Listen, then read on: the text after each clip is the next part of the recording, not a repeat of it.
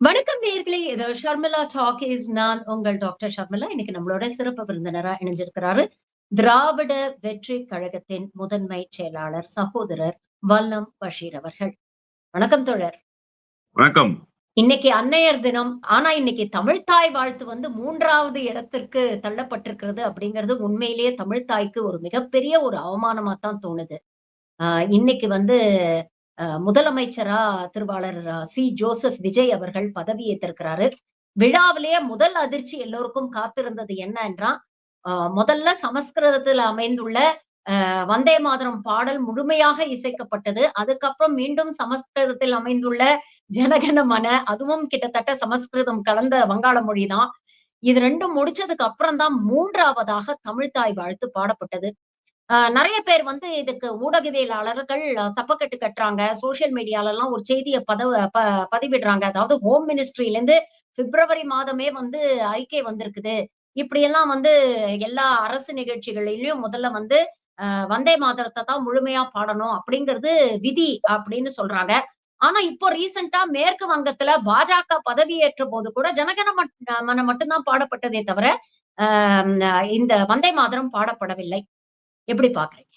விதி இருக்கிறது இல்லை என்பதெல்லாம் ஒரு புறத்தில் இருக்கட்டும். தமிழ்நாடு எப்போதுமே தனித்துவமாக இயங்குகிற மாநிலம்.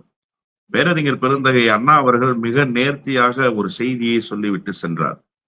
திராவிட நாடு என்கிற அந்த கோரிக்கையை கைவிட்டு விட்டார்கள் என்கிற சர்ச்சை எழுந்தபோது, தனிநாடு கோரிக்கை அப்படியே இருக்கிறது தம்பி, அதை தற்காலிகமாக ஒத்தி வைத்திருக்கிறோம் தம்பி, அதற்கான காரண காரியங்கள் நிலைத்து நிற்கிறது தம்பி என்று சொன்னார். அந்த பொருளிலே 1000 அர்த்தம் இருப்பதாக நான் உணர்கிறேன். அதை நம்மை விட டெல்லி நன்றாகவே உணர்ந்திருக்கிறது. எப்போது வேண்டுமானாலும் இவர்கள் தூசி தட்டுவார்கள் என்று சொல்லி. ஏன் நாடு என்று பெயர் சுட்ட வேண்டும்? பேரறிஞர் பெருந்தகை இடத்துல நாடாளுமன்றத்திலேயே இந்த கேள்வி எழுந்தது. நாட்டுக்குள்ளேயே இன்னொரு நாடு எப்படி இருக்க முடியும்? இந்தியாவே நாடில்லை என்று சொன்னார் அண்ணா. அண்ணல் பாபா சாஹிப் அம்பேத்கர் இந்தியா என்பது ஒரு பெடரேஷன் என்றுதான் சொல்லி இருக்கிறார். அது ஒரு கூட்டமைப்பு, ஒரு கூட்டங்களினுடைய தொகுப்பு. பல மொழிகள், பல கலாச்சாரம், பல இனக்குழுக்கள் இவர்கள் சேர்ந்ததுதான் ஒரு தொகுப்பாக இருக்க முடியும் என்பது. அப்போ இதையெல்லாம் டெல்லியிலே பேசியது நாம் தான். அதுதான் அங்க முக்கியமான செய்தி. டெல்லியிலே பேசியவர்கள் நாம் தான். இன்றைக்கு நம்முடைய மாநிலத்தில் ஒரு முதலமைச்சர் பொறுப்பேற்கிற போது நீங்கள் அழகாக சொன்னீர்கள். இன்றைக்கு அன்னையர் தினம், அன்னை தமிழ் 3வது இடத்துக்கு போயிருக்கிறது. எவ்வளவு வேதனையான செய்தி பாருங்கள். 3வது இடத்துக்கு போனது மட்டுமல்ல, இனிமேல் இப்படித்தான் இருக்க போகிறதா என்கிற ஐயப்பாடும் இப்போது எல்லோரிடத்திலும் எழுந்திருக்கிறது. தமிழ்நாடு அவுட் ஆஃப் கண்ட்ரோல் என்று அண்ணன் மு க ஸ்டாலின் அடிக்கடி சொல்லிக் கொண்டே இருப்பார். டெல்லிக்கு எப்போதுமே out of control. Out of control என்றால் என்ன? நீங்கள் சொல்கிறீர்கள் அல்லவா, சமூக வலைதளத்தில் சிலர் பேசுகிறார்கள், ஜிஓ வந்துருச்சு, இன்ஸ்ட்ரக்ஷன் வந்திருக்கு, அதனால அதை பின்பற்றி தாங்கணும். நீ ஜிஓ போட்டாலும் நான் பின்பற்ற மாட்டேன்றதுதான் அவுட் ஆஃப் கண்ட்ரோல். அப்படித்தான் இந்த 5 ஆண்டுகளாக இந்த அரசை முதலமைச்சராக இருந்த நான் மு க ஸ்டாலின் நடத்தினார். அப்ப முதல் பந்திலேயே போல்ட் ஆயிருக்காரா விஜய் அப்படின்னு தான் கேட்க வேண்டியிருக்கு. நீங்க இந்த சின்ன விஷயத்தை கூட ஒன்றிய அரசை எதிர்த்து செய்ய முடியாது. நான் ஜிஓ வந்திருக்கு வரல அந்த சப்ஜெக்டுள்ளேயே போகல, வந்ததாகவே வைத்துக் கொள்வோம். சமூக வலைதளத்தில் பேசுபவர்கள், பத்திரிகையாளர்கள், ஊடகவியாளர்கள் இவர்களுடைய கருத்தை ஒட்டியே நாமும் பேசுவோம். அப்படியே வந்திருந்தாலும் என் அன்னை தமிழுக்குத்தான் முதலிடம், நான் தமிழைத்தான் தூக்கி பிடிப்பேன், தமிழ்நாட்டுக்கு நான் முதலமைச்சராக இருக்கிறேன் என்று சொல்லி இருக்க வேண்டாமா விஜய்? உத்தரவு வந்தால் வளைந்து கொடுத்து விடுவார் என்று சொன்னால் இவர் என்ன தலைவர்? இவருக்கென்று முதுகெலும்பு இல்லையா? இதற்கு எடப்பாடி பழனிசாமி பரவாயில்லையே. எடப்பாடி பழனிசாமி கூட இப்படி செய்யவில்லையே. அதை விட ஒருபடி மேலாக செய்து விட்டாரே என்கிற கவலைப்பாடு இப்போது எல்லோரிடத்திலும் எழுந்திருக்கிறது. முதல் கோணம் முற்றிலும் கோணம் என்று அழகு தமிழிலே சொல்வார்கள். இன்றைக்கு இந்த மேடை என்பது விஜய் இனி வருங்காலங்களில் எப்படி இயங்க போகிறார் என்பதை இந்த நாட்டு மக்களுக்கு சொல்லி இருப்பதாகத்தான் நான் புரிந்து கொள்கிறேன். அன்னை தமிழுக்கு 3வது இடம் தந்தார். இனிமேல் அன்னை தமிழுக்கு இடம் தருவாரா என்கிற கேள்வியும் இப்போது எல்லோரிடத்திலும் எழுந்திருக்கிறது. நீங்க தமிழ்நாட்டுல ஒரு மரபு எப்போதும் பின்பற்றப்பட்டு கொண்டே வரும். மற்ற மாநிலங்களை பின்பற்றுவதை போல நம்முடைய மாநிலங்களில் செயல்படுத்துவதில்லை.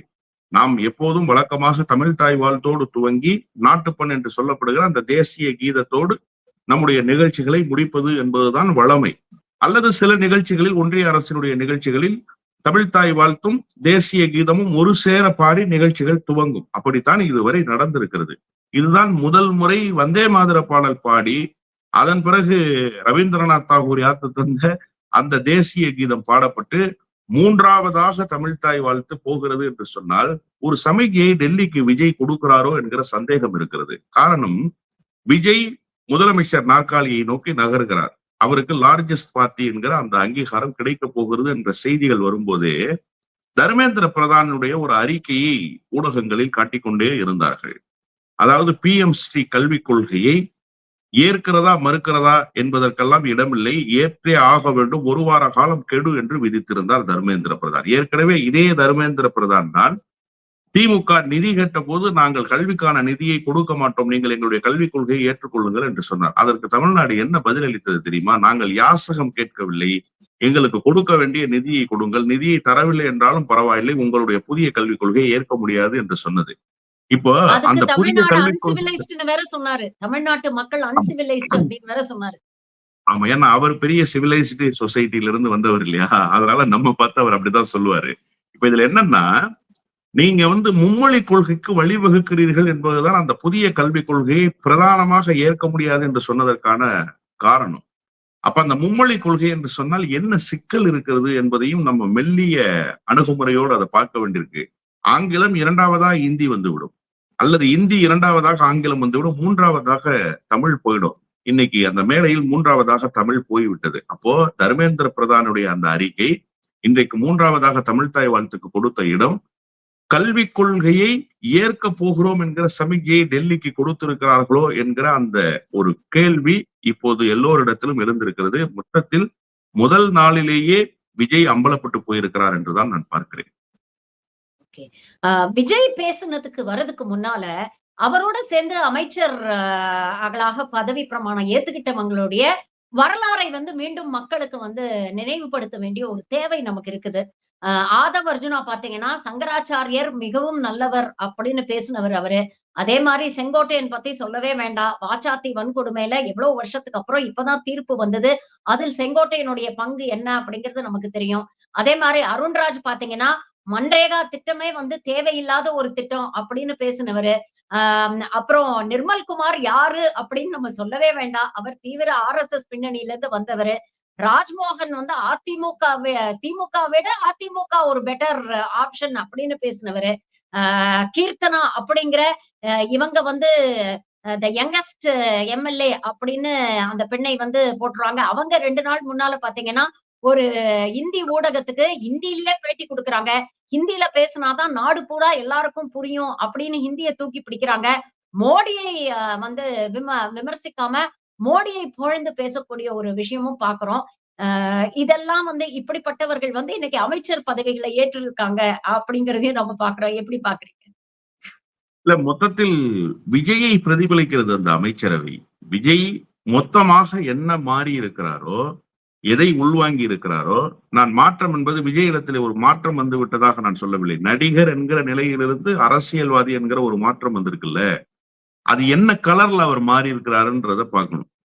அவர் கருப்பு வண்ணத்தில் மாறி இருக்கிறாரா, காவி வண்ணத்தில் மாறி இருக்கிறாரா? அவர் சொன்ன தலைவர்கள் எல்லாம் கருப்பு தலைவர்கள். அவர் பேசிய அரசியல் எல்லாம் கருப்பு அரசியல் என்று மையப்படுத்தி பேசினார். ஆனால் அவர் காவியாக மாறி இருக்கிறார். அதனுடைய பிரான்சஸாக இது முழுமையாக அந்த அமைச்சரவை மாறி போயிருக்கு. நீங்க ஆனந்த விட்டுட்டீங்க, புஷி ஆனந்த விட்டுட்டீங்க. அவர் பேசியதெல்லாம் இன்னும் ரெக்கார்ட்ல எடுத்தீங்கன்னா இதை விட இன்னும் கூடுதலான சோகத்தை நமக்கு ஏற்படுத்தும். அப்போ விஜய் எப்படி இயங்க போகிறார், விஜயினுடைய அரசியல் எப்படிப்பட்டதாக இருக்க போகிறது என்பதை இந்த அமைச்சரவை பட்டியல், இன்றைக்கு மேடையில் நடந்து கொண்ட விதம், இன்றைக்கு மேடை தமிழ்நாட்டுக்கு சொல்லி இருக்கிற செய்தி, இவையெல்லாம் உணர்த்துகிறது. இதை விட கூடுதலாக நேற்றைக்கு ஒரு செய்தி பார்த்தேன். நேற்று இரவு முழுமைக்கும் ஒரு சமாதானமான சூழலில் என்னால் இயங்க முடியவில்லை. கல்வி அமைச்சராக மயிலாப்பூரிலிருந்து தேர்ந்தெடுத்திருக்கிற ஒரு சட்டமன்ற உறுப்பினர் நியமிக்கப்பட போகிறார் என்கிற உத்தேச பட்டியல் வந்திருக்கிறது. அது உண்மையிலேயே உத்தேச பட்டியலா அல்லது ஊடகங்களில் பரப்பப்படுகிற செய்தியா என்பது தெரியாது. எனக்கு படிப்பு வேண்டும் என்று கேட்டால் என் காதில் ஈயத்தை காய்ச்சி ஊத்த சொன்னவர்களினுடைய பிரதிநிதியாக ஒருவர் வந்திருக்கிறார். நீங்க, நான் ஒரு துறையை மட்டும் சம்பந்தப்படுத்தி இதுல பேசுறேன். நீங்க யார் யாருடைய பெயரை எல்லாமோ சொன்னீங்க. இவர்களுடைய பின்னணி என்ன, இவர்கள் என்ன செய்திருக்கிறார்கள், இவர்கள் என்னவாக கடந்த காலத்தில் வெளிப்பட்டிருக்கிறார்கள்னு. கல்வித்துறை எவ்வளவு முக்கியத்துவம் வாய்ந்த துறை, எந்த தலைவருக்கும் இல்லாத அக்கறை முத்தமிழறிஞர் டாக்டர் கலைஞருக்கு இருந்துச்சு. ஏன்னா கல்வித்துறை என்று இருந்த துறையை அவர்தான் பள்ளி கல்வித்துறை, உயர்கல்வித்துறை என்று இரண்டாக பிரித்தார். பள்ளி கல்வியிலே கூடுதல் கவனம் செலுத்த வேண்டிய கட்டாயம் இருக்கிறது. உயர்கல்விக்கென்று தனி கவனம் செலுத்த வேண்டிய கட்டாயம் இருக்கிறது. அதை இரண்டையும் ஒன்றாக வைத்துக் கொண்டு ஒரே துறையாக இயங்குவோமே ஆனால் கூடுதல் கவனத்தை செலுத்த முடியாது. எனவே பேரலா ரெண்டா பிரிக்கணும்னு சொல்லி ரெண்டா பிரிச்சார். அதற்கு முன்பு வரை கல்வித்துறை ஒன்றுதான், இரண்டாக பிரிக்கவில்லை. இரண்டாக பிரிக்கப்பட்டது. பிரிக்கப்பட்டதற்கு பிறகுதான் சமச்சீர் கல்வியை இம்ப்ளிமெண்ட் பண்றதுக்கு ஒரு கமிட்டி ஃபார்ம் பண்ணி அந்த கமிட்டியினுடைய அறிக்கையை ரிவ்யூ பண்ணார் கலைஞர். அதுக்கு ஒரு குழு போட்டார். அதை ரிவ்யூ பண்ணி அதுல எதை சேர்க்கணும் எதை நீக்கணும்னு வச்சு சமச்சீர் கல்வியை இம்ப்ளிமெண்ட் பண்ணும். ஒரு சீரான கல்வியை கொண்டு வருவதற்கு எவ்வளவு பெரிய போராட்டம். இது திராவிட இயக்கம் அதிகாரத்துக்கு வந்த உடனே செய்ய முடிஞ்சுச்சா? நல்லா யோசிச்சு பாருங்களேன். 50 ஆண்டுகளுக்கு பிறகுதான் அந்த சமச்சீர் கல்வியவே கொண்டு வர முடிஞ்சது. அதுக்கு ஒரு கமிட்டி, அந்த கமிட்டியுடைய ரெஃபரன்ஸ், அந்த ரெஃபரன்ஸுக்கு ஒரு ரிவ்யூ கமிட்டி, அந்த ரிவ்யூ கமிட்டியுடைய ஃபைனல் ரெஃபரன்ஸ், இதை இம்ப்ளிமெண்ட் பண்றதுக்கு. ஆனா இவ்வளவையும் செய்து முடித்ததற்கு பிறகு இன்றைக்கு 3 கிலோமீட்டருக்கு ஒரு நடுநிலைப் பள்ளி, 5 கிலோமீட்டருக்கு ஒரு உயர்நிலைப் பள்ளி, கிராமப்புறத்திலிருந்து மாணவர்களை நகரத்தை நோக்கி நகர்த்தி வந்து கல்வி கற்க செய்வதற்கு இலவச பஸ் பாஸ், இப்படி கிட்டத்தட்ட இந்த 25 ஆண்டு காலமாக கல்விக்கென்று கவனம் செலுத்திய அரசுகள், கல்விக்கென்று கவனம் செலுத்திய முதலமைச்சர்கள் எதையெல்லாம் செய்தார்களோ அதையெல்லாம் ஒரே நிமிடத்தில் சுக்குநூறாக்கி போடுவதற்கான ஒரு வேலையை விஜய் இந்த கல்வித்துறைக்கான அறிவிப்பின் மூலமாக செய்ய போகிறார் என்று சொன்னால், விஜய் யாராக வெளிப்பட போறார்? நீங்க சொன்னீங்கல்ல, இந்த அமைச்சர் பட்டியல்ல இவ்வளவு பேருடைய பின்னணி இப்படியா இருக்குன்னு. ஒரு பானை சோறுக்கு ஒரு சோறு பதம். நீங்க கல்வியை மேம்படுத்திய ஒரு மாநிலத்தில், கல்வியை செம்மைப்படுத்திய ஒரு மாநிலத்தில், கல்வியே எவனும் கேட்கக்கூடாது, கேட்டா அவன் காதுல ஈயத்த காட்சி ஊத்துன்னு சொன்னவனுடைய ரெப்ரசன்டேஷன் ஒண்ணு இங்க வந்து அந்த துறையை கையில எடுக்க போறாங்க அப்படின்னா, அவர் தான் ரொம்ப அதிமேதாவி. அவர் சொன்ன கருத்து தான் ரொம்ப முக்கியமான கருத்து. நீங்க அதை தான் கட்டாயமாக சொல்லி இருக்க வேண்டும். அவர் என்ன சொன்னாரு? பிராமண எதிர்ப்பு என்பதெல்லாம் அவுடேட்டட் ஆயிப்போச்சு. பிராமண எதிர்ப்பு என்பதெல்லாம் இனிமே பேச வேண்டிய கட்டாயமே இல்லை என்று சொன்னார். நான் பிராமணர்களையும் உள்ளடக்கித்தான் சமூக நீதியை பேச வேண்டும். அந்த ஒரு சமூகத்தை மட்டும் புறக்கணித்து விட்டல். ஆனால் எல்லோரையும் அழுத்தி, எல்லோரையும் நசுக்கி அந்த ஒரு சமூகம் மட்டும் மேலே வர வேண்டும் என்று சொன்னால் அது சமூக நீதியா? அவர் பேசிய அரசியல் தமிழ்நாட்டுக்கு ஏற்புடைய அரசியல். அவரை கொண்டு வந்து நீங்க கல்வித்துறையில போட்டீங்கன்னா, அப்ப தர்மேந்திர பிரதான் சொன்ன இன்ஸ்ட்ரக்ஷன் அவர் இம்ப்ளிமெண்ட் பண்ணாம என்ன பண்ணுவாரு? இந்திய கட்டாய பாடமாக்காம அவர் என்ன பண்ணுவாரு பள்ளிக்கூடத்துல? அப்போ எவ்வளவு பெரிய ஆபத்து நிறைந்த ஒரு அமைச்சரவையாக இந்த அமைச்சரவை இருக்க போகிறது என்பதை மெல்ல உணர்த்தி கொண்டே இருக்கிறார் விஜய். உண்மையிலேயே தமிழ்நாட்டுக்கு ஒரு சோதனை காலம் தான். பொற்கால ஆட்சின்னு நம்ம சொல்லியிருக்கோம் ஏற்கனவே திமுக ஆட்சியை. உண்மையிலேயே அது பொற்கால ஆட்சி தான். பாலாரும் தேனாரும் ஓடிச்சான்னா அது இல்லை. ஆனால் நாட்டு மக்களுக்கு எது தேவை என்பதை கருதி செய்யக்கூடிய முதலமைச்சர்கள் இருந்தார்கள், அமைச்சர் பெருமக்கள் இருந்தார்கள் என்பதை இதுவரை நாம் பார்த்திருக்கிறோம். ஆனால் இப்போதுதான் நேர் எதிராக தமிழ்நாட்டினுடைய தன்மைக்கு எதிராக இயங்கக்கூடியவர்கள் எல்லாம் அமைச்சரவையில் வந்து சேர்ந்திருக்கிறார்கள். ஒரு மிகப்பெரிய ஆபத்து தமிழ்நாட்டை சூழ்ந்து விட்டது என்றுதான் புரிந்து கொள்ள வேண்டும். விஜய் பதவி ஏத்தாரு. உறுதிமொழியை வந்து பேப்பரை பார்க்காம பாருங்க எங்க அண்ணன் எப்படி மனப்பாடம் பண்ணி படிச்சுட்டாரு அப்படின்னு தாவேகா தொண்டர்கள் எல்லாம் சோசியல் மீடியால ஃபயர் விட்டுட்டு இருக்கிறாங்க அப்படிங்கறத நம்மளால பார்க்க முடியுது. உறுதிமொழி எடுத்ததை தாண்டி அவர் பேசின சில விஷயங்களை கண்டிப்பா நம்ம பேச வேண்டியிருக்கு. முதல்ல என்ன சொல்றாரு? இந்த விஜய் தப்பு செய்ய மாட்டான், தப்பு செய்யவும் விட மாட்டான். யாருக்காவது அப்படி எண்ணம் இருந்தால் இப்பவே அதை அழித்து விடுங்கள். ஒரே பவர் சென்டர் அது நான் தான் அப்படின்னு சொல்லியிருக்காரு. 2014 இதே மாதிரிதான் ஒருத்தர் நான் காவுங்கா நான் கானே தூங்கா, நானும் ஊழல் செய்ய மாட்டேன், ஊழல் செய்யவும் விட மாட்டேன் அப்படின்னு சொல்லி அவர் வந்து 12 வருஷம் ஆயிடுச்சு. அதுக்கப்புறம் நாடு என்ன நிலைமைக்கு வந்திருக்கு அப்படிங்கறத பாக்குறோம். விஜயோட இந்த பேச்சை இப்படி பாக்குறேன். இல்ல, முதல்ல விஜய் ஜனநாயகத்துக்கு முரணாக பேசுகிறார் என்றுதான் நான் பார்க்கிறேன். அதுக்கு முன்பு நீங்க சொன்னீங்கல்ல, தம்பிகள் வந்து ஃபயர் விடுறாங்க, மனப்பாடமா பேசுறாங்க. அவர் சினிமாவில் வசனத்தை பேசி பேசி பழக்கப்பட்டவர். ஸ்கிரிப்ட் ரைட்டர் எழுதி கொடுக்கிற வசனத்தை கேமரா முன்பு மனப்பாடம் செய்து பேசுவதுதான் அவருக்கு தொழில். 25 ஆண்டு காலமாக எந்த தொழிலை அவர் செய்தாரோ அதன் மூலமாக இதை கூட கற்கவில்லை என்று சொன்னால்தான் ஆச்சரியம். நீங்க வந்து பார்த்து படிக்கல, அதனால அப்படியெல்லாம் ஒண்ணும் தேவையில்லை.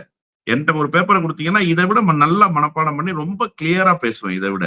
அப்ப நீங்க வந்து எனக்கு திறமை இருக்குன்னு நீங்க கருதி கொள்ளக்கூடாது. மனப்பாடம் செய்யக்கூடிய அந்த திறன் இருப்பது மட்டுமே அதிகாரத்தை கொண்டு செலுத்துவதற்கான திறன் இல்லை. அது ஒரு பக்கம் இருக்கட்டும், பாவம் அவர்களுக்காக பரிதாபப்பட வேண்டும். விஜய் வந்து ஜனநாயகத்துக்கு முரணாக ஏன் இருக்காருன்னு சொன்னேன்னா, ஜனநாயகம் என்பதை அதிகாரத்தை பரவலாக்குவதுதான். அண்ணன் திருமா ரொம்ப அழகா சொன்னாரு, ஆட்சியில் பங்கு அதிகாரத்தில் பங்குன்னு சொன்ன. அதிகாரத்தை பங்கிட்டு கொடுக்கணும். எல்லோரும் அதிகாரத்தை பகிர்ந்து கொள்ளணும். அப்போ அதிகார பரவலாக்கம் என்பதுதான் ஜனநாயகம். நான் தான் பவர் சென்டர்னா ஐ எம் த மைட்டி அது ஸ்டேட்ன்னு சொன்னான் சர்வாதிகாரம் தானே! ஹிட்லர். ஆமா, அதான் அது சொல்றேன். சர்வாதிகாரம் தானே! ஹிட்லர் வந்து நான் ஐ தான் எம் த எல்லாமே மைட்டி அப்படின்னாலே ஸ்டேட்ன்னா. அது சர்வாதிகாரம் தானே! ஆமா, மத்தவங்க ஹிட்லர் எல்லாரும் இதைத்தான் பொம்மைகள் சொன்னான். தான் அப்படின்னு தானே! ஹிட்லர் இதைத்தான் ரொம்ப அழகா சொன்னா, ஐ எம் த மைட்டி ஸ்டேட்ன்னா. என்னை மிஞ்சி அதிகாரம் இங்க கிடையவே கிடையாது அப்படின்னு சொன்னான். ஹிட்லருடைய பாணியை பின்பற்றுகிற ஒருவர் எப்படி மக்களுக்கான தலைவராக வெளிப்பட முடியும்? இன்னொன்னு, நான் தப்பு செய்ய மாட்டேன் அப்படின்னு அவர் சொல்றாரு இல்லையா? இதுக்கு முன்னாடி அவர் தப்பே செய்யலையா? ரொம்ப சொற்பமா செய்திருக்கிற தப்ப நான் சொல்றேன். பெரிய பட்டியல் எல்லாம் போடல. அவர் கார் வாங்குனதுக்கு வரி கட்டாதவர். இதுக்கு பேர் தப்பு இல்லையா? நீங்க இன்னைக்கு ஒரு டூ வீலர் வாங்குனீங்கன்னா, அந்த பில்லுல வரி கட்டிட்டு தான் நீங்க டூ வீலரே வாங்குறீங்க. ரோட் டாக்ஸ் கட்டிட்டு தான் டூ வீலரே வாங்குறீங்க. ஒரு இம்போர்ட்டட் கார அவர் வாங்குறாரு. அந்த காருக்கே அவர் வரி கட்டாம கோர்ட் சொன்ன பிறகு வரி கட்டுறாரு. ஒண்ணு. இன்னொன்னு, இவர் தப்பே பண்ண மாட்டேன்றாருல. இவர் துறை இருக்கு இல்லையா? அந்த துறையில இவருக்கு கொடுக்கப்பட்ட ஊதியம். இவங்க சொன்னாங்கல்ல 200 கோடி ரூபாய் சம்பளத்தை விட்டுட்டு வந்துட்டாரு. அந்த 200 கோடி ரூபாயும் விஜய் பேர்ல இருக்கிற வங்கி கணக்குல தான் வரவு வச்சாங்களா? அந்த வருமானத்துக்கு அவர் முறையா வரி கட்டிட்டாரா? அப்ப தப்பே பண்ண மாட்டேன்னு எப்படி சொல்றாரு? அவர் பண்ணியிருக்கிறது பூராவுமே தப்புதான். அவர் செய்தது பூராவுமே தப்புதான். இதை விட இன்னொன்னு நான் ரொம்ப இலகுவாக கேட்டுறேன். திருமணம் செய்து கொண்டு மனைவியும் குழந்தையும் தள்ளி வைத்துவிட்டு வேறு ஒரு சுகபோக வாழ்வை வாழ்வது தப்பு இல்லையா? அது எவ்வளவு பெரிய தப்பு? மனித குலத்துக்கே எதிரான செயல் இல்லையா? ஒரு பெண்ணை ஏமாத்துறது, அவர்களுக்கு இருக்கக்கூடிய அந்த குழந்தைகளுக்கு எதுவுமே செய்ய மாட்டேன்னு சொல்றது, நான் எதுவுமே பார்க்க மாட்டேன். இதெல்லாம் அவருடைய பர்சனல் விஷயம். ஆனா அவர் நான் தப்பு பண்ண மாட்டேன்னு சொன்னார் இல்லையா? நீங்க இந்த தப்பெல்லாம் செய்திருக்கீங்கங்கிறத நாட்டு மக்கள் ஞாபகத்துல வச்சிருக்காங்க. நாட்டு மக்களுக்கு இதெல்லாம் தெரியும்ன்றத தெரிஞ்சுக்கிட்டு நீங்க பேசுங்க. நீங்க வந்து இன்னமும் திரையில் வசனம் பேசுவதாகவே நினைத்துக் கொள்ளாதீர்கள். நீங்கள் திரையிலிருந்து தரைக்கு வந்து விட்டீர்கள். களம் மாறிடுச்சு. இன்னமும் படத்தை பார்த்து விசில் அடிக்கிற கூட்டம் அல்ல. தமிழ்நாட்டு மக்கள் என்பவர்கள் எல்லோரும் உங்களுடைய ரசிகர்கள் என்று கருதி விடாதீர்கள். ஆட்சி அதிகாரம் உங்களுக்கு வந்துருச்சு. ஆனா உங்களுடைய டே வந்து இன்னைக்கு ஸ்டார்ட் ஆயிடுச்சு. அண்ணா ஏன் அழுதாரு? ஆட்சி வந்தபோது அழுத ஒரே தலைவர் அண்ணா தான். எல்லாரும் மகிழ்ச்சி அடையணும். அண்ணா தான் சொன்னாரு, ஆட்சி வந்துச்சு, கட்சி போயிடுச்சு. நமக்கு கூடுதலான பொறுப்பு வந்துருச்சு. இனிமே இதை செயல்படுத்த முடியுமான்னு தெரியலன்னு கதறி அழுதார் அண்ணா. அந்த பொறுப்புணர்வு வேணும். பொறுப்புணர்வோடு விஜய் நடந்து கொள்ளணும்னு நான் நினைக்கிறேன். பசி என்றால் எனக்கு என்னன்னு நல்லாவே தெரியும். நானும் உங்கள போலவன் தான். நான் மன்னர் பரம்பரையிலிருந்து வந்தவன் அல்ல அப்படின்னு மேடையில பேசியிருக்கிறாரு. பக்கத்துல 5ஆம் தலைமுறை வாரிசு அரசியலான ராகுல் காந்தி உட்கார்ந்திருக்கிறாரு. எப்படி பார்க்குறீங்க? இல்ல, அதாவது என்னன்னா, விஜய் தொடர்ச்சியாக வசனங்களை மட்டுமே பேசிக் கொண்டிருக்கிறார். இயல்பு நிலைக்கு விஜய் எப்போது திரும்புவார் என்பதுதான் நமக்கு இருக்கக்கூடிய ஒரே கேள்வி. நான் வந்து மன்னர் வாரிசு இல்ல. இதற்கு முன்பு தமிழ்நாட்டை ஆண்டவர்கள் யார் மன்னர் வாரிசு? நீங்க சொல்லுங்க. யார்? ஜெயலலிதா அம்மையார் மன்னர் வாரிசா? எம்ஜிஆர் மன்னர் வாரிசா? கலைஞர் மன்னர் வாரிசா? நான் மு க ஸ்டாலின் மன்னர் வாரிசா? எனக்கு பசியினுடைய கொடுமை தெரியும். இதை விட அப்பட்டமான பொய் ஒன்று இருக்க முடியுமா? சொல்லுங்க. ஒரு சக்சஸ்ஃபுல் டைரக்டர் எஸ்ஏசி இல்லையா? நான்லாம் துவக்க காலத்தில் பல செய்திகள் என்னிடம் உண்டு. அதையெல்லாம் பேச வேண்டாம் என்று கருதுகிறேன். எஸ்ஏசியோடு கொஞ்ச காலம் பழகியவன் நான். துவக்க நிலையில் ஈழப் போராட்டங்களை முன்னெடுக்கிற போது எங்களோடு ஆதரவாக வந்து நின்றவர் எஸ்ஏசி. அப்ப எஸ்ஏசி அப்போதே அதிகமான பணத்தை செலவு செய்யக்கூடிய மனிதராக வெளிப்பட்டவர். சுகபோக வாழ்க்கையை வாழ்ந்தவராக வெளிப்பட்ட. நான் சொல்றதெல்லாம் 30, 35 வருஷத்துக்கு முன்னாடி உள்ள கதையை சொல்றேன். நீங்க எப்ப சாப்பாட்டுக்கு கஷ்டப்பட்டீங்க? நீங்க ஒரு கிரீமி லேயர் இல்லையா? நீங்க ஒரு பான் வித் கோல்டு ஸ்பூன் இல்லையா? இதெல்லாம் தமிழ்நாட்டு மக்களுக்கு தெரியாதா? நீங்க நாளைய தீர்ப்பு படத்துல நடிக்க வரும்போது எவ்வளவு லேவிஷா வந்தீங்க? உங்களுக்கு அந்த நடிப்புக்கு உண்டான அந்த ஒரு தொழில் நேர்த்தியே வரலன்றதுனால தானே உங்களை வச்சு என்ன மாதிரியான படங்கள் எல்லாம் எடுத்தாரு அப்படிங்கறதெல்லாம் எஸ்ஏசிக்கு தெரியும். நீங்க எஸ்ஏசியும் வச்சுக்கிட்டே இந்த பொய்ய சொல்றீங்க. இது அடுக்குமான்னு கேக்குறேன். நாட்டு மக்களுக்கு தெரியாதா? விஜய் எப்படிப்பட்ட மனிதராக வளர்ந்தார்? அவர் என்ன அங்கன்வாடியில போய் பணியாற்றிய ஒரு தாய் தந்தைக்கு பிள்ளையாக பிறந்தாரா? சாப்பாட்டுக்கே கஷ்டப்படுற சத்துணவு சாப்பிடுகிற ஒரு குடும்பத்திலிருந்து வந்தாரா? சார், நீங்க பான் வித் கோல்டு ஸ்பூன் எல்லாருக்கும் தெரியும் சார். யாரை ஏமாத்துறீங்க நீங்க? இன்னமும் சினிமா வசனமே நீங்க பேசிட்டீங்க. பகவதி படத்துல பேசுன மாதிரி, பத்ரி படத்துல பேசுன மாதிரி, தலைவா படத்துல பேசுன மாதிரி வசனங்களையே நீங்கள் பேசிக்கொண்டே இருக்கிறீர்கள். இந்த நாட்டு மக்கள் உங்களை கூர்ந்து கவனிக்கிறார்கள். நீங்கள் முதலமைச்சராகி விட்டீர்கள். இனிவாது இயல்பு நிலைக்கு வாருங்கள் என்கிறேன். அதை தாண்டி நீங்க ரொம்ப அழகா ஒரு செய்தியை சொன்னீங்க. 5வது தலைமுறை வாரிசு ராகுல் காந்தியை வைத்துக் கொண்டு அவர் சொல்றாரு. அவர் உண்மையிலே காங்கிரஸுக்கு மெசேஜ் கன்வே பண்ணிட்டாரோன்ற ஒரு சந்தேகமும் இருக்கு. நான் ஒன்னும் மன்னர் வாரிசு இல்லைன்னு காங்கிரஸுக்கு மெசேஜ் கன்வே பண்ணிட்டாரோன்னு ஒரு கவலை உணர்வு இருக்கு. இதை விட நான் கூட காங்கிரஸ் கூட வேறாக பாக்குறேன். காங்கிரஸும் விஜயும் ஒரே கட்சியா இல்ல. உங்க கட்சியில இருக்கிறாரே ஆதவ் அர்ஜுன், அவர் யாரு? விளிம்பு நிலை மக்களினுடைய வழிகளை உணர்ந்தவரா அவரு? சார், இன்னைக்கு தமிழ்நாட்டுல அதிகமான சொத்து வைத்திருக்கிற குடும்பம்னு அபிஷியலா டிக்ளேர் பண்ண குடும்பத்து மாப்பிள்ள சார் அவரு. அந்த வீட்டுல இருக்கிறவங்க எல்லாரும் ஒவ்வொரு கட்சியில வந்து பதவியில இருக்கிறாங்க சார். ஆமா, அவரோட மாமியார் அதிமுகல இருக்கிறாங்க, அவரோட பிஜேபியில இருக்காரு. ஆமா, இவர் ஒரு கட்சி. இவங்க எல்லாம் இன்னைக்கு சட்டப்பேரவையில ஜெயிச்சிருக்கிறாங்க. இவங்களுடைய சொத்து மதிப்பு என்னன்னு இவங்க டிக்ளேர் பண்ணதுடைய சொத்து மதிப்பு தான் அவங்களுடைய பசி எப்படிப்பட்ட வலிமையான பசியாக இருந்திருக்கும், எவ்வளவு கொடுமையான பசியாக இருந்திருக்கும்ன்றத உணர்த்துது. இதெல்லாம் ஒரு நிமிடம் கூட நாட்டு மக்கள் சிந்திக்க மாட்டாங்க. நாம சொல்றது அப்படியே கேட்டுருவாங்கன்னு விஜய் நினைக்கிறாரோ? அதிகார பசியும் ஒரு பசி தானே சார். அதை வேண்டுமானால் சொல்லுங்க. ஏன்னா திருவோடு ஏந்தி கொண்டு இவர்கள் 4 நாட்களாக அலைந்தார்கள் அல்லவா? 4 நாட்களாக இவர்கள் அந்த அதிகார பசிக்கு ஓடியது உண்மையிலேயே தலை குனிய வேண்டிய ஒன்று. நீங்க ஆதரவு கேட்பது என்பது வேறு. ஆனால் ஒவ்வொரு அலுவலகத்தினுடைய வாசலிலும் போய் யாசகம் கேட்டார்கள் இவர்கள் ஆதரவு கேட்கவில்லை. அண்ணன் சிந்தனை செல்வன் தான் ரொம்ப அழகா சொன்னார். வாட்ஸ்அப்ல மெசேஜ் அனுப்பிச்சுட்டா ஆதரவு கொடுத்துருவோம் நினைச்சிட்டாங்க போல இவனுங்க அப்படின்னு சொல்லி சொன்னார் இல்லையா? அப்ப அந்த தேடல் என்பது உங்களிடத்துல எப்படிப்பட்டதாக இருந்தது என்பதை தமிழ்நாடு பார்த்து விட்டது. மொத்தத்தில் நான் ஒரே ஒரு செய்தியைத்தான் மீண்டும் மீண்டும் சொல்ல விரும்புகிறேன். விஜய் இனிமேலாவது நடிப்பை விட்டுவிட்டு இயல்பு நிலைக்கு திரும்ப வேண்டும். முதல் கையெழுத்து போட்டிருக்கிறாரு. அதுல வந்து ஆக்சுவலா தேர்தல் வாக்குறுதியில சொன்னது என்னன்னா, அனைவருக்கும் 200 யூனிட் மின்சாரம் இலவசமாக வழங்கப்படும்னு சொன்னாங்க. ஆனா இன்னைக்கு கையெழுத்து போடும்போது 500 யூனிட் வரை மின்சாரம் பயன்படுத்துபவர்களுக்கு மட்டும் 200 யூனிட் மின்சாரம் இலவசம் அப்படின்னு கையெழுத்து போட்டிருக்கிறாரு. அது மட்டும் இல்ல, இப்ப 500 யூனிட்ட தாண்டி போயிடுச்சு அப்படின்னா, இதுவரை இருந்த அந்த 100 யூனிட் இலவச மின்சாரமும் கொடுப்பாங்களா இல்லையா அப்படிங்கிறது ஒரு கேள்விக்குறி இருக்கு. அதுக்கெல்லாம் எந்த கிளாரிட்டியும் இல்ல. இதெல்லாம் தாண்டி நீங்க பாத்தீங்கன்னா, அவருடைய பேச்சுல அவருடைய இனிமேல் இந்த அரசு வந்து என்ன ட்ரெண்ட்ல வந்து எடுத்துட்டு போறாரு அப்படிங்கிறது ரொம்ப தெளிவாக தெரிந்தது. ஏன்னா வரிக்கு வரி திமுக விமர்சனம் தான் அவருடைய பேச்சுல வந்து தெளிவா தெரிஞ்சது. அரசு கஜானாவ மொத்தமா வழிச்சு வச்சுட்டு போயிட்டாங்க. வரலாறு காணாத அளவுக்கு கடன் வாங்கி வச்சுட்டு போயிட்டாங்க. நீங்க எல்லாம் என்கிட்ட பொறுப்பு குடுத்திருக்கீங்க. அந்த பொறுப்ப நிறைவேத்த எனக்கு அவகாசம் கொடுக்கணும் அப்படின்னு முதல்லயே ஒரு பிட்ட போட்டுர்றாரு.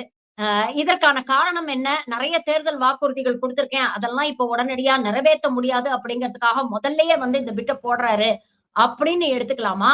வெள்ளை அறிக்கை கொடுக்க போறேன். அதுக்கப்புறம் தான் நான் வந்து எல்லாத்தையும் செய்ய போறேன் அப்படின்னு சொன்னாரு. தேர்தல் வாக்குறுதிகள் கொடுக்கும் பொழுதே கடன் இருக்கிற விவரம் இவருக்கு தெரியாதா? அப்பவே இந்த வெள்ளை அறிக்கை பத்தி எல்லாம் அவர் எதுவுமே பேசலையே. இஷ்டத்துக்கு வாக்குறுதிகளை அள்ளி விட்டுட்டாரு. இப்ப சமாளிக்க முயற்சி பண்றாரா அப்படின்னு தோணுது. நீங்க எப்படி பாக்குறீங்க? இந்த ஸ்கூலுக்கு வந்த முதல் நாளே லீவ் லெட்டர் கொடுக்குற ஸ்டூடெண்ட் தான் விஜய். நீங்க அப்படிதான் அதை புரிஞ்சுக்கணும். நீங்க கஜானா காலியா இருக்கு அப்படின்னா கஜானாவை எப்ப போய் நீங்க திறந்து பாத்தீங்க? கஜானாவினுடைய வெயிட்டேஜ் என்னன்னு உங்களுக்கு எப்படி தெரியும்? இன்னைக்குதான் நீங்க அதிகாரத்தை கைப்பற்றி இருக்கிறீங்க இல்லையா? அபிஷியலா நீங்க வந்து chief minister of Tamil Nadu from today தான்.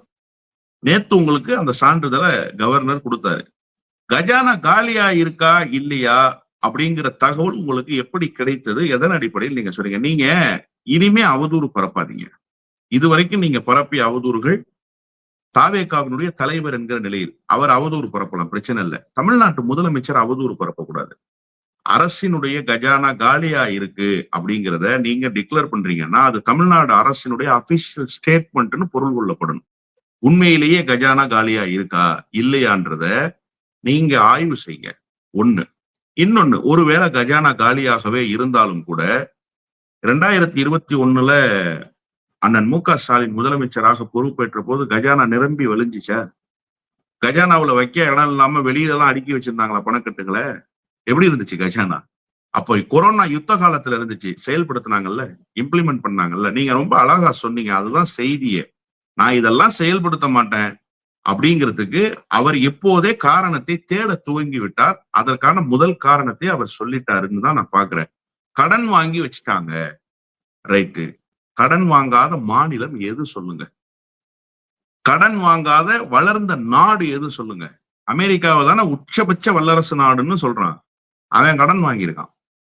ஜெர்மனி தானே பெரிய பொருளாதார பின்புலம் கொண்டிருக்கிற நாடுன்றான். அவன் கடன் வாங்கிட்டான்.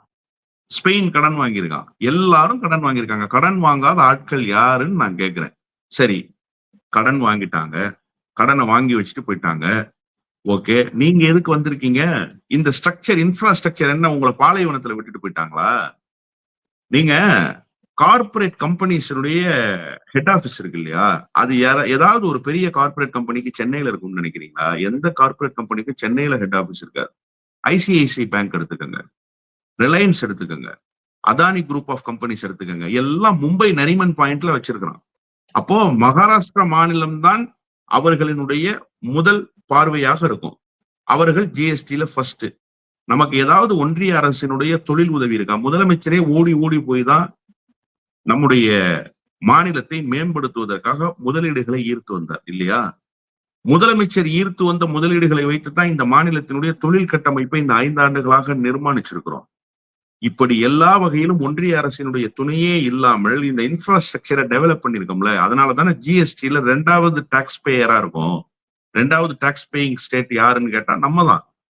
அப்ப இந்த ஸ்ட்ரக்சரை உருவாக்கி வச்சிருக்கோம். கடன் வாங்கினா என்ன ஸ்ட்ரக்சர் இருக்குல்ல, இதை வச்சு கடன் அடைக்க வேண்டியதானே. அப்ப உங்களுக்கு நிர்வாகத்தை நடத்த தெரியாதுங்கிறத நீங்க ஒப்புக்கொள்றீங்களா? கடன் யார் வாங்குவா? ஒரு தொழில் செய்ய போறவன் கடன் வாங்குவான். அந்த தொழிலுக்கு முதலீடு போட்டிருப்பான். அந்த தொழில் சக்சஸ்ஃபுல்லா தானே போகும். சக்சஸ்ஃபுல்லா போகும்போது உங்கள்ட்ட கொடுத்தா கடன் வாங்கிட்டாருன்னே சொல்றீங்களா? அந்த தொழிலை சக்சஸ்ஃபுல்லா உங்கள்ட்ட கொடுத்திருக்காருங்கிறத நீங்க சொல்லணும் இல்லையா? இப்ப இந்த மாநிலத்துல என்ன பொருளாதார பின்னடைவு இருக்கு சொல்லுங்க. இந்த மாநிலத்துல மருத்துவமனைகள் இனிமேல் தான் நீங்க கட்டமைப்பு உருவாக்க போறீங்களா? கல்லூரிகள் இனிமேல் தான் நீங்க கட்டமைப்பு உருவாக்க போறீங்களா? சாலை வசதிகளை மேம்படுத்தும் இனிமேல் தான் கட்டமைப்பா? எந்த கட்டமைப்பை இனிமே நீங்க உருவாக்க வேண்டியிருக்கு? இந்த 5 ஆண்டுகள் நீங்க ஒண்ணுமே செய்ய வேணாம். நிதி மேலாண்மையை மட்டும் செய்தாலே போதுமானதாக இருக்கும். நீங்க உங்களுடைய தேர்தல் வாக்குறுதிகளை நிறைவேற்றுவதற்கு. அதாவது என்னன்னா, ஆட்சி அதிகாரத்துக்கு வரமாட்டோம் என்பதற்காக வாய்க்கு வந்ததை எல்லாம் வாக்குறுதியாக கொடுத்தாகிவிட்டது. இப்ப அதை நிறைவேற்ற முடியாது. நிறைவேற்ற முடியாது என்று சொன்னால் என்ன செய்வது? குறையை சொல்லி குற்றத்தை அந்த பக்கம் சுமத்தி நாம் தப்பிக்கொள்வதற்கான வழியை தேடணும். அதற்கான வழியை முதல் நாளிலேயே தேடி இருக்கிறார் விஜய் என்றுதான் நான் பார்க்கிறேன். அதனால்தான் நான் சொன்னேன், டே ஃபர்ஸ்ட் ஸ்கூலுக்கு லீவ் லெட்டர் கொடுக்குற ஸ்டூடெண்ட் மாதிரி ஆயிட்டாரு விஜய். இனிமேல் தான் அவருக்கு அரசினுடைய பொறுப்பு என்றால் எப்படி இருக்கும், அதை நிறைவேற்றுகிற பணிச்சுமை எப்படி இருக்கும் என்று தெரியும். இவர் வரைக்கும் பேமெண்ட் வாங்கிட்டு கேரவன்ல உட்காந்துட்டு ஷூட்டிங் ஸ்பாட்டுக்கு போயிட்டு படத்துல நடிச்சுட்டு வந்தாரு. அதை விட பெரிய பியூட்டி என்னன்னா, எனக்கு அவகாசம் கொடுங்கன்னு கேட்கிற முதலமைச்சரை பாக்குறேன் இப்பதான் நான் முதல் முறையாக. இப்போதும் பனையூரில் தூங்குவதற்கான அவகாசத்தை கேட்டுக்கிறாரே தவிர கோட்டையில் கோல் வச்சுவதற்கான அவகாசத்தை அவர் கேட்கவே இல்லை. நான் என்ன கேட்கிறேன்னா, என்ன அவகாசம் நீங்க கேட்கறீங்க? என்ன அவகாசத்தை நீங்க கேட்கறீங்க? 6 மாச காலம் உங்களுக்கு அவகாசம் தேவையா? 1 வருஷ காலம் உங்களுக்கு அவகாசம் தேவையா? ஒன்ஸ் எலக்ட்ரோல் பாலிடிக்ஸ்ல, எலக்ட்ரோல் டெமோக்ரஸில நீங்க ஓட்டு போட்டுட்டீங்கன்னா உங்களுக்கு 5 வருஷம் அவகாசம் தான். 5 ஆண்டுகள் அவகாசம் தான். நீங்க எந்த அவகாசத்தை இப்ப கேட்கறீங்க நாட்டு மக்கள்கிட்ட? அப்போ இவர் என்னவாக வெளிப்படுறாரு அப்படின்னா, இவர் எதையெல்லாம் செய்ய போறன்றதை முன்கூட்டியே சொல்லிடுறாரு.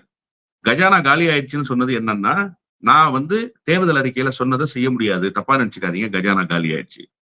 என்னால டெய்லி கோட்டைக்கு வர முடியாது, செஞ்சாழி கோட்டைக்கு டெய்லி என்னால நலத்திட்டங்கள் குறித்து ஆய்வுகளை மேற்கொள்ள முடியாது, டெய்லி என்னால இயங்க முடியாது. அதனால எனக்கு அவகாசம் கொடுங்க. நான் ஒரு 16 ஹவர்ஸ் பனையூர்ல தூங்குவேன்.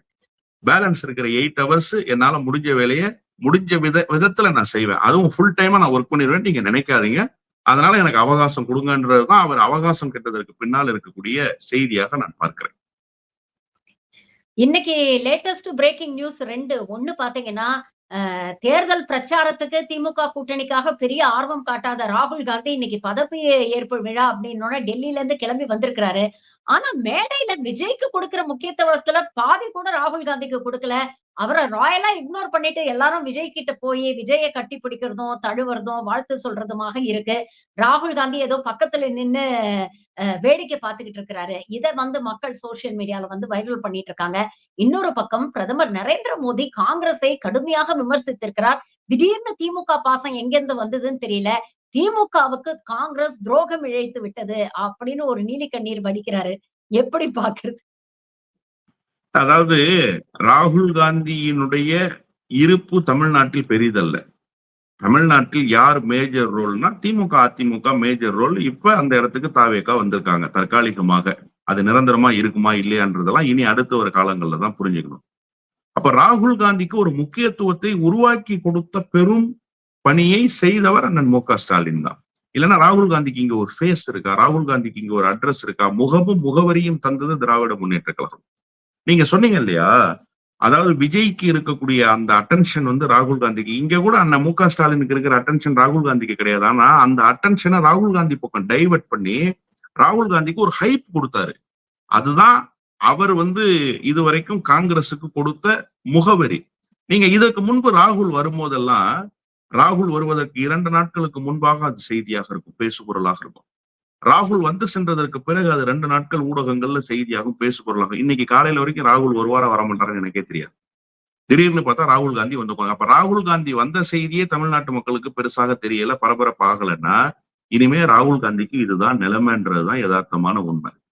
நீங்க இதுவரைக்கும் ஒரு பெரிய லீடர்ஷிப்ல உங்களை ஒரு லீடராய் எமர்ஜிங் பண்ணி காட்டக்கூடிய ஒரு தலைவரிடத்துல இருந்தீங்க. அந்த வாய்ப்புகள் எல்லாம் உங்களுக்கு கிடைச்சு. இனிமே ராகுல் காந்தி என்பவர் ஜீரோ தான். இனிமே ராகுல் காந்தி ஹீரோ இல்லை. இனிமே ராகுல் காந்தி தமிழ்நாட்டு அரசியல்ல பேசு பொருளாக இருக்க மாட்டார்ன்றதை இன்னைக்கு அந்த மேடை வெளிச்சம் போட்டு காட்டியிருக்கு.